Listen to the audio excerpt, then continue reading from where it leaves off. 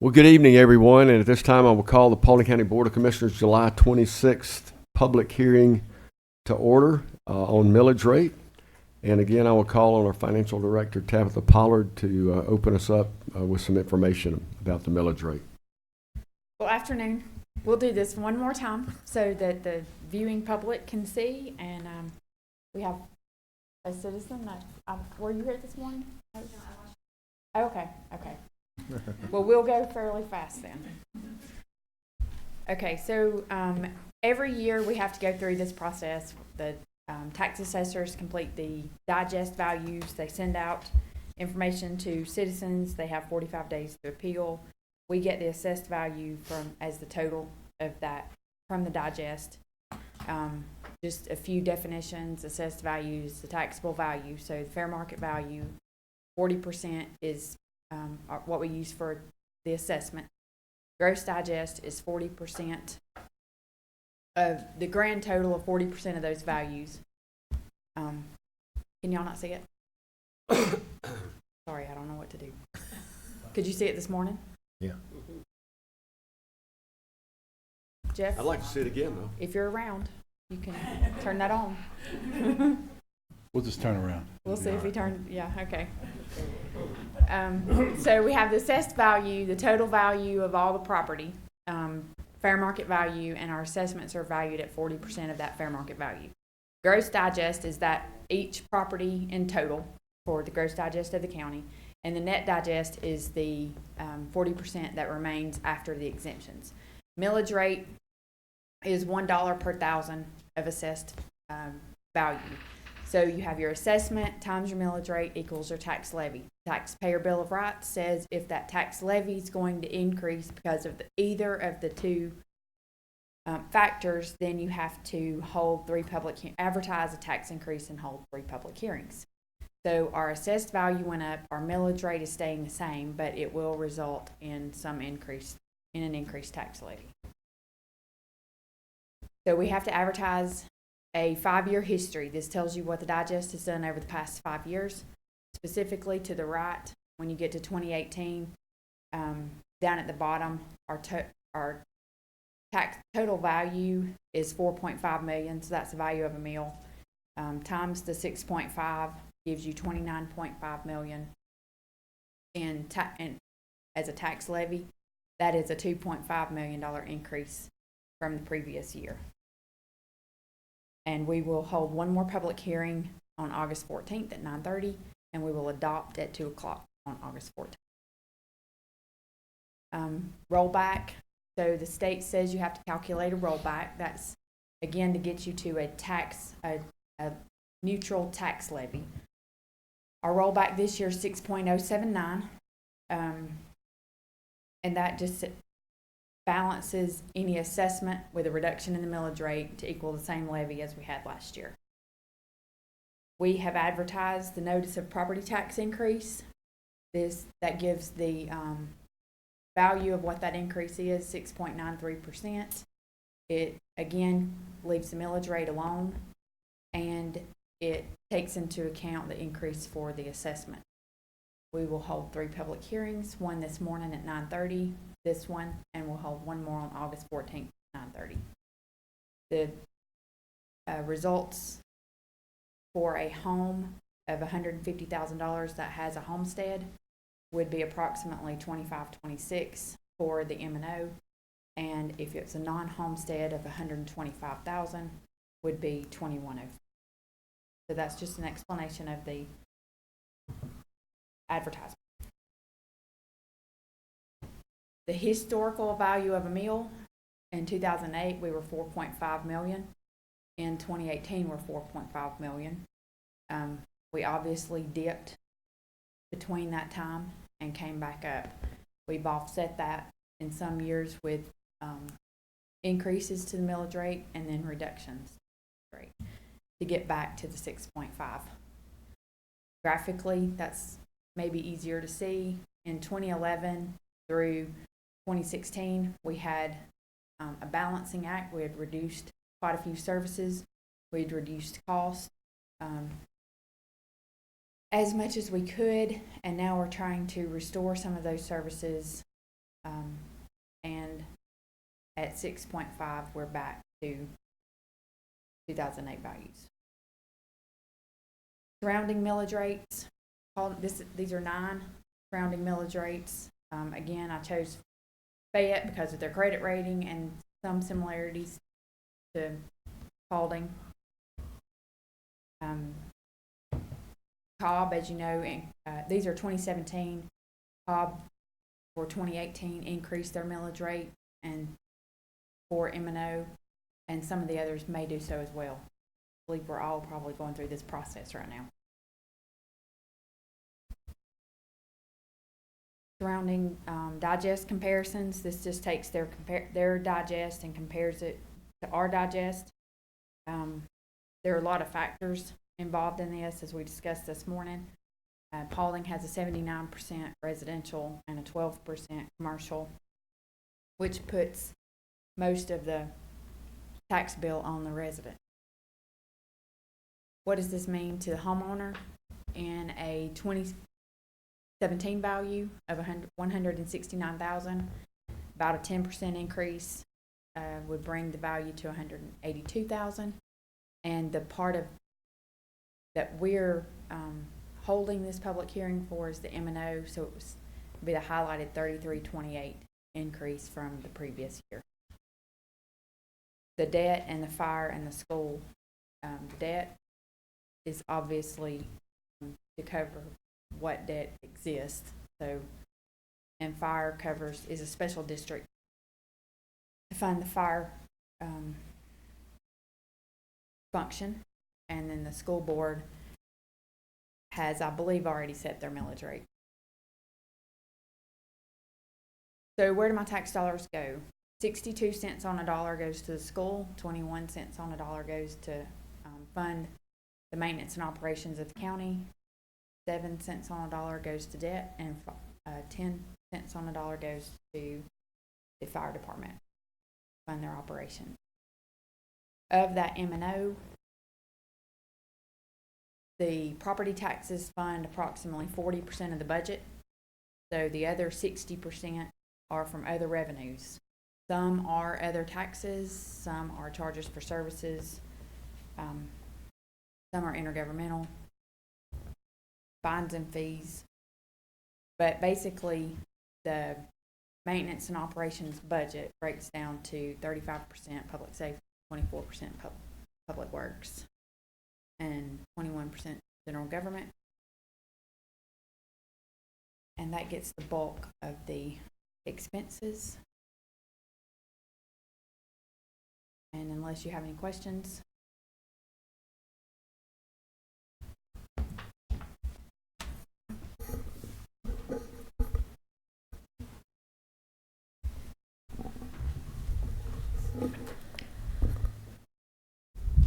Anybody have any new questions?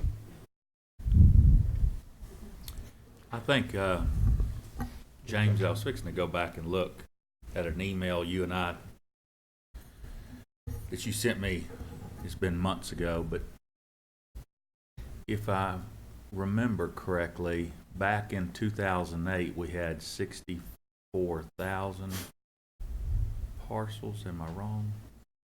And now we have like 64,038 parcels, and now we have just a tad over 65,000 parcels. Yeah, about 67,000 parcels now. Okay. That must have been a couple of years ago. Okay. There's not a whole lot, about 3,000 more parcels roughly, maybe, than what we had 10 years ago. Because we talk about, I like to look at numbers, and we talk about citizens where we were at about 130,000. I think we're probably at 100. That was 10 years ago. Now we're at about 165,000. And 64,000 parcels, maybe we're at 67,000 parcels today, and 10 years later. And I also had somebody else send it to me. You got this for me, you and Mr. Watson. And I got looking at the where we're going to be when you look back at 2008. This year we're collecting the same.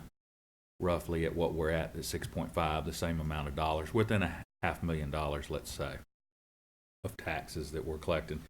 So I went back and looked at the school system, and what you sent me, James, actually pulls back to 2007.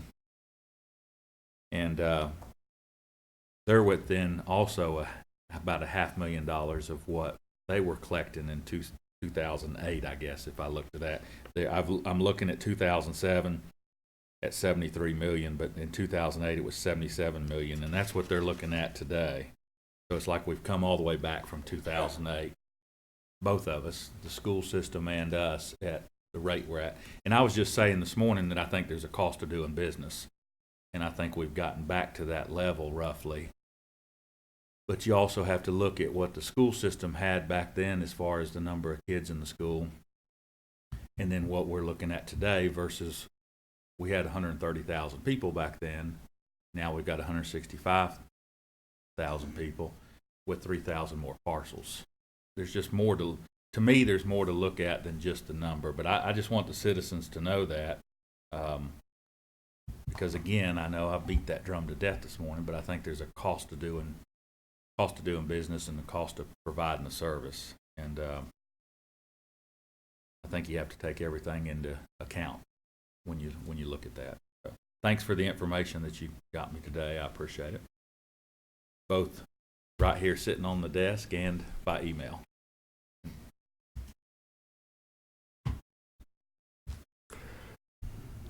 I see no one coming forward, but I see Miss Wilkins. I'd rather you go over and sign in. The filming.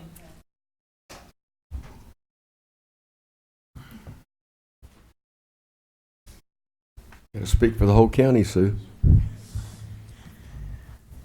Wouldn't be the first time. would it?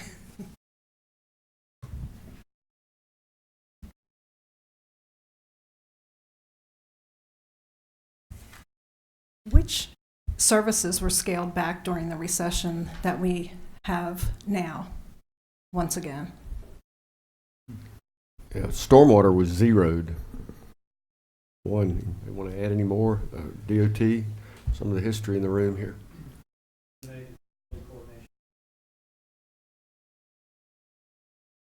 Stormwater utility coordination.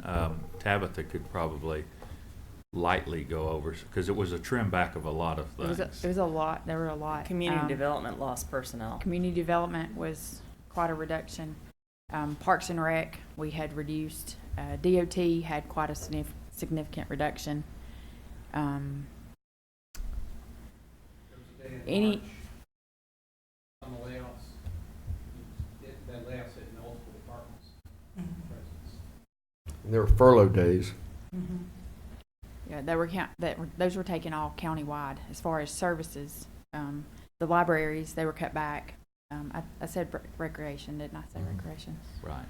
And DOT and the sheriff took his share of the public safety, although their demand increased, so they didn't take quite as much as some of the others. Mhm. But it was primarily your larger departments were, for the most part, was DOT took a pretty good bit, and it was, and we adjusted everything that we could and moved it to SPLOST. Well, what happens when you move it to SPLOST is then you don't have money for any projects that are, to expand roadways or to widen them or intersections or anything. So those are roughly. And then a lot of the A few. cutbacks also were, we just quit updating equipment. Yeah. I mean, I jokingly say you duct taped them, zip tied them, and super glued them together. That's what you did to keep things going. So, and you can do that so long, and then finally that stuff quits working. So when things, here we are today. So not only are we trying to get those services back, some of which, in my view, probably should not have been cut. I think when you go through tough times, you have to trim. And you might be able to trim your grocery budget at home, but you don't cut it. And so, now we're trying to bring those back, some that are very much needed to be back. And And then, of course, in community development, it's, we're building houses and inspecting houses, and it's a whole lot different ballgame than what it was. So some things you could trim and it didn't affect you as much, but now that it's coming back, you got to have those folks back. And now that you've wore out your equipment because you didn't replace certain things certain years, that's what's costing us Right. now some too. So Thank you. And also, regarding the commercial tax base, I heard someone talk about it, and I can't recall all the details, but can someone explain again why counties like Polk are ahead of us as far as industry and infrastructure goes? Wasn't there some sort of agricultural grant that some counties accepted that Paulding did not years ago? I'm not familiar Sewer. with Yeah, that. sewer grants. It may have been sewer. Sewer grants. Yeah, it may have been sewer. Polk is ahead of us because that Rockmart corridor has a fair amount of industry. I You believe ever it been was out in there? the 60s, and that was before any of us was here. And in asking other counties, because there's our infrastructure not in place with sewer, and even county water where other counties are ahead of us. We, for some reason, I can't tell you why, we didn't take that grant, and other counties did. Okay, so it is true then, which puts us at a disadvantage today. Okay. All right, thank you very much. thank you.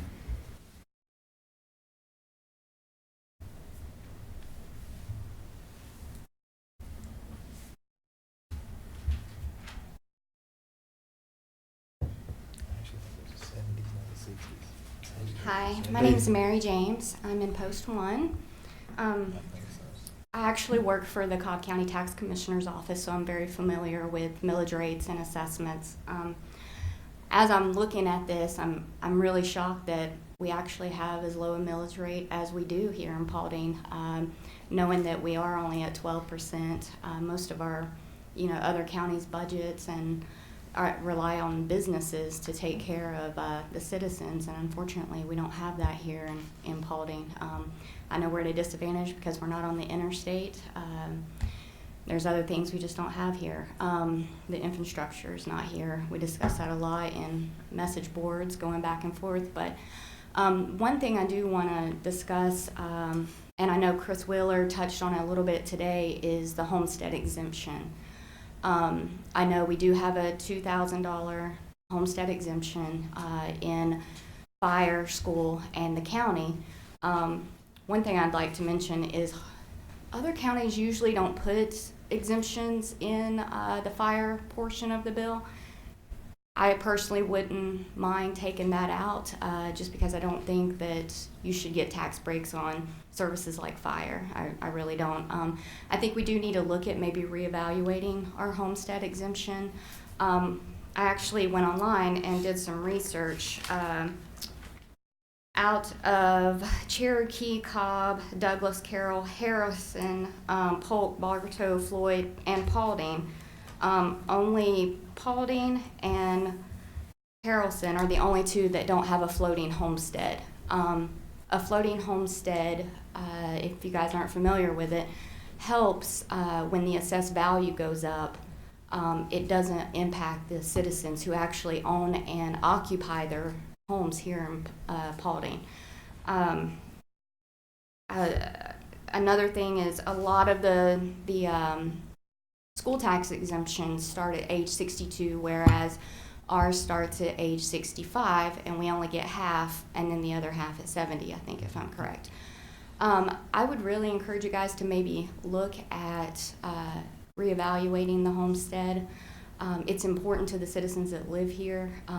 We work, play, shop, eat in this county, and I think we deserve to have a little bit of a break. And I know it's hard because looking at the budget, most of the money is coming from the properties here in Paulding.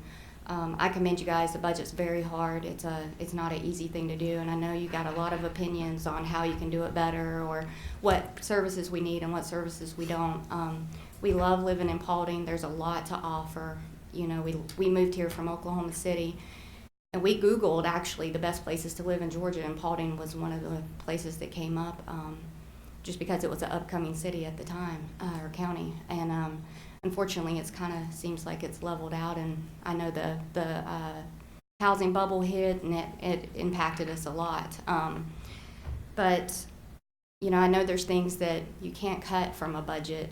There are things that needs to be taken care of. Like you said, you know, we put it off for so long, things have got to be repaired. But I think if anything needs to happen, we need to definitely look at the exemptions and see what we can do to kind of help relieve. You know, it doesn't affect the rentals, it doesn't affect businesses, so you'll still get that revenue from there.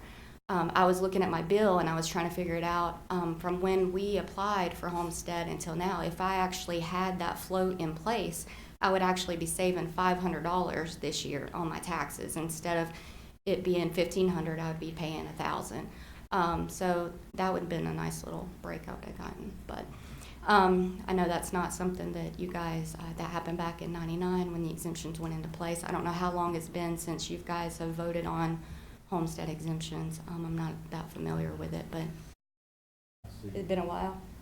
1982. Oh, okay, yeah. So I would think that might be something you guys might want to look at. We're a little behind the other counties. It seems like they're offering a little better deal than what we have here in Paulding.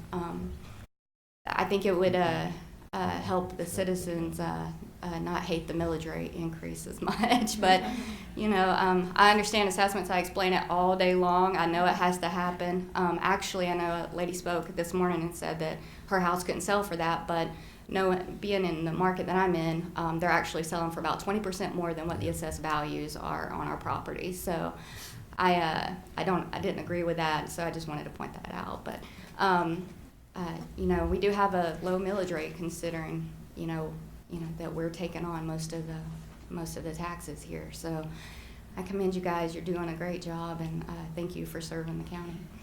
Well, thank you. Thank you. Thank you. Thank you, Mary Jane. Thank you very much. Thank you. Anybody else? Mr. Collette, we've talked about Homestead several different times and ways. Joe, before you get started, Vernon corrected me. He said that he thought that agricultural grant was in the early 70s, so there you It go. wasn't an agricultural grant. It was an agricultural grant. Well, whatever. He said it wasn't agriculture, and it was in the 70s. What else? That's good enough. I just hope somebody made a note that her assessment needs to be increased. About 20% is what.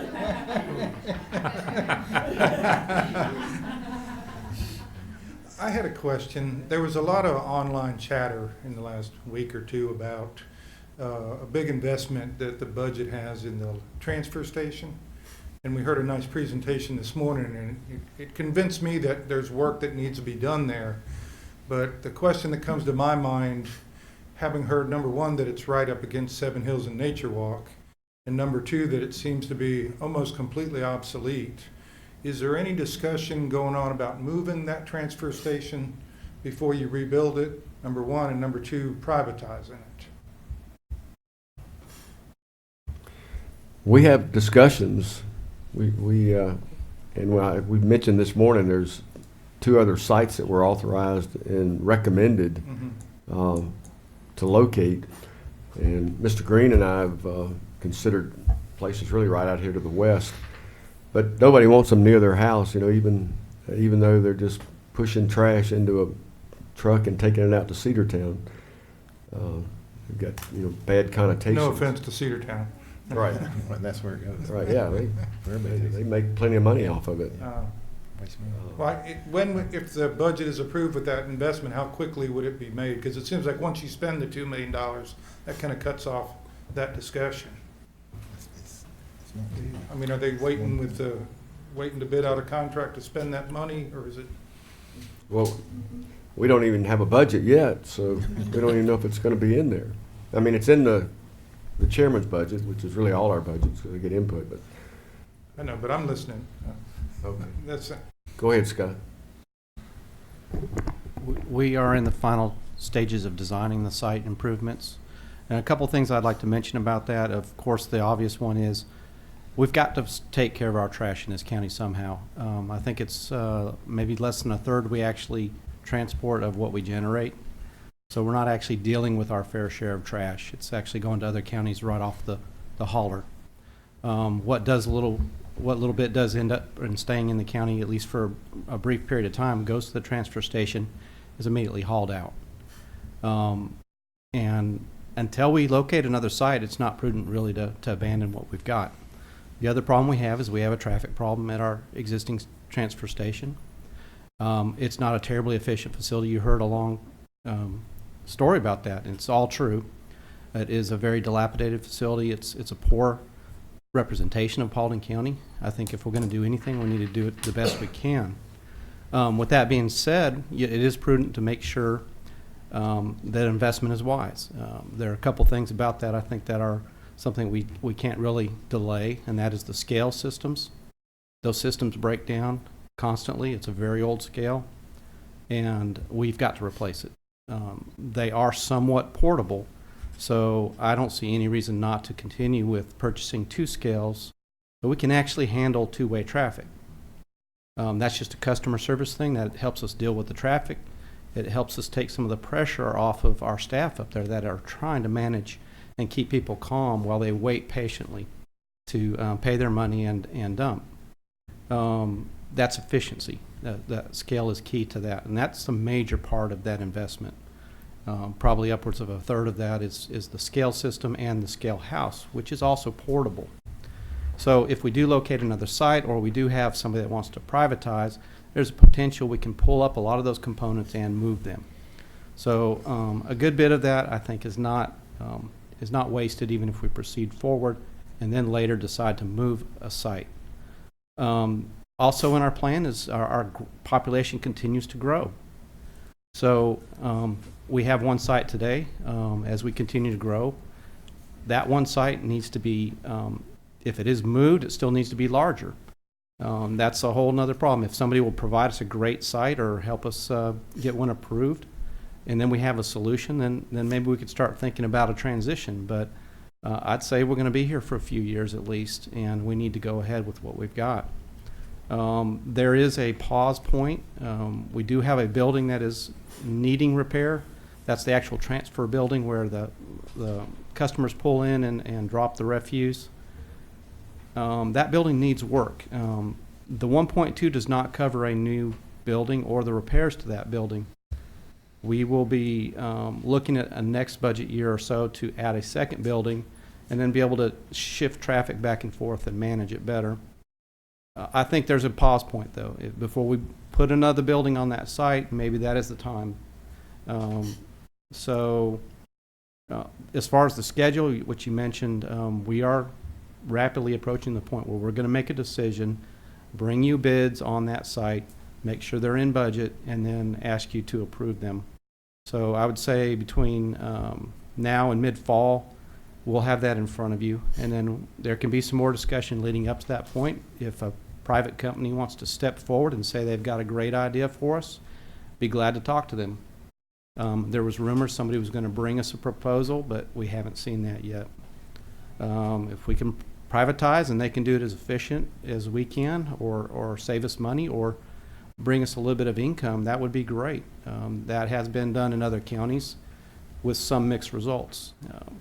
So I think I'd recommend we be open to those options. A privatized facility.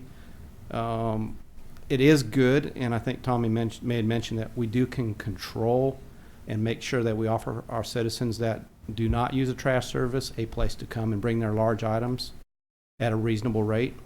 And we do have kind of a good thing going, I think, for our citizens there, keeping our rates low. It is also, though, kind of in a bad place if you're trying to serve the entire county. And so something a little more central for a second site or a replacement site would be something we would look to in the future. But I don't think there's anything we could do more difficult than trying to locate a new transfer site or a new place to handle that. They tried it in Dallas years ago, a couple times, probably dating back into the 70s. Industrial Boulevard North was one of the locations. It became a very long, drawn-out thing, and even in an industrial area. And then we had this great location up on Landfill Road, also known as Grant's Chapel, and then later Seven Hills Boulevard. So it's been there for a long time, and it's worked well for us. But it no longer is a open dump for household trash. So it's a lot better situation for the residents than what it was back in the early 90s and when it first opened, with actually trash being pushed around and then covered up with dirt. So I think it is a waning thing up there, but for the time being, until we have a solution, I think we've got to at least provide reasonable customer service and take care of the equipment that's breaking down, and having modern technology like computers that print you a receipt, or email you and actually maybe take a debit card, that kind of thing. That would be great. And I think it would help us to be better servants to our citizens and offer it more efficiently. But again, we have a few months before we really pull the trigger on that, and I gave you an awful long answer. Not quite as thorough as Tommy's answer, but hopefully I answer your question. I'd be glad to answer any more if you got them. Thank you. Thank you. Isn't there a place kind of out on 120 going to Buchanan on the left out there?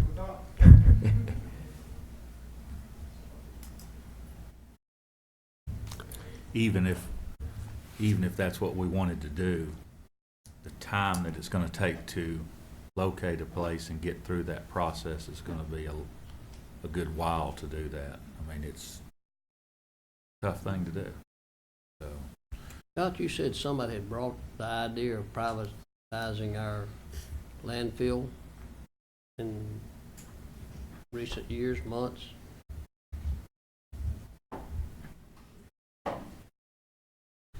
We've had some people discuss if we'd be open to it. They've even talked about a few locations, a little more central, but nothing has been offered to us that's any kind of terms or anything that we could actually bring to you. A long-term lease was one idea, but then it would be a matter of building facilities on a site for some period of time where you could get your investment back. So we really don't have a site that's already privatized, or no, sir. There are some private operations here and there. We have Douglas County, which offers a facility to the south of our borders, out of Hiram. It's fairly convenient for the Hiram and the south end of the county. And then we've got the north end of the county with Seven Hills. But again, we kind of lack the central. And we could do one mega facility, and that would be great. But again, locating it, we've got a lot of beautiful countryside out in the west side of the county, and it's away from houses maybe, but not necessarily great for any of the residents that might be in that neighborhood. But no, we haven't seen a specific proposal. Be glad to look at one. And maybe that will come through in the next few months. That'd be great. thank you. Well, we haven't heard from a lot of citizens, but we've had some good back and forth comments and discussions, so that's been of value. Any other comments? If not, I'm going to close this out. Yes, sir.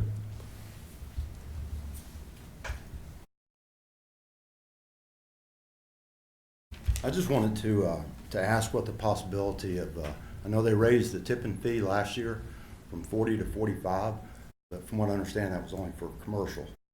So I was just wondering why we can't raise the tipping fee for the residential, and what's the possibility of using splosh money? While that's being answered, can you sign in for us, please? Yeah.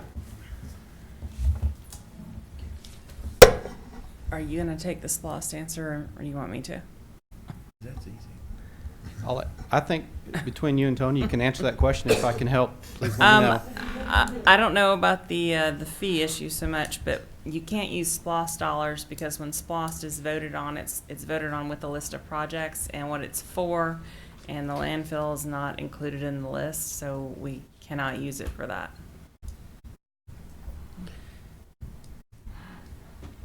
And to addressing the tipping fees, just a little over a year ago, we did address that. We doubled our tipping fees for the first 300 pounds for out-of-county people that come here.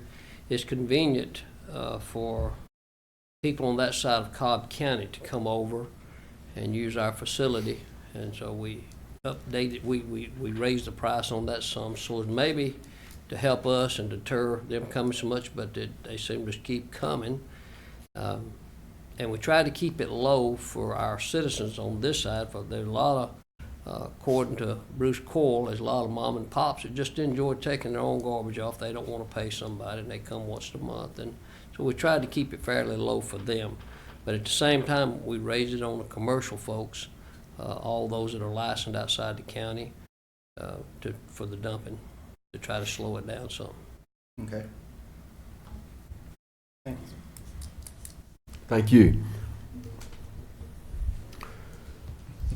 No one else coming forward. I'm going to call this meeting to a close, and we will be back at 7 o'clock to convene the regular meeting. So we stand adjourned. We need a motion for this? Okay. Yeah. I make a motion, we close the meeting and adjourn. Have a motion by Commissioner Pownell. Is there a second? Second. Second by Commissioner Davis. All those in favor? Aye. Aye.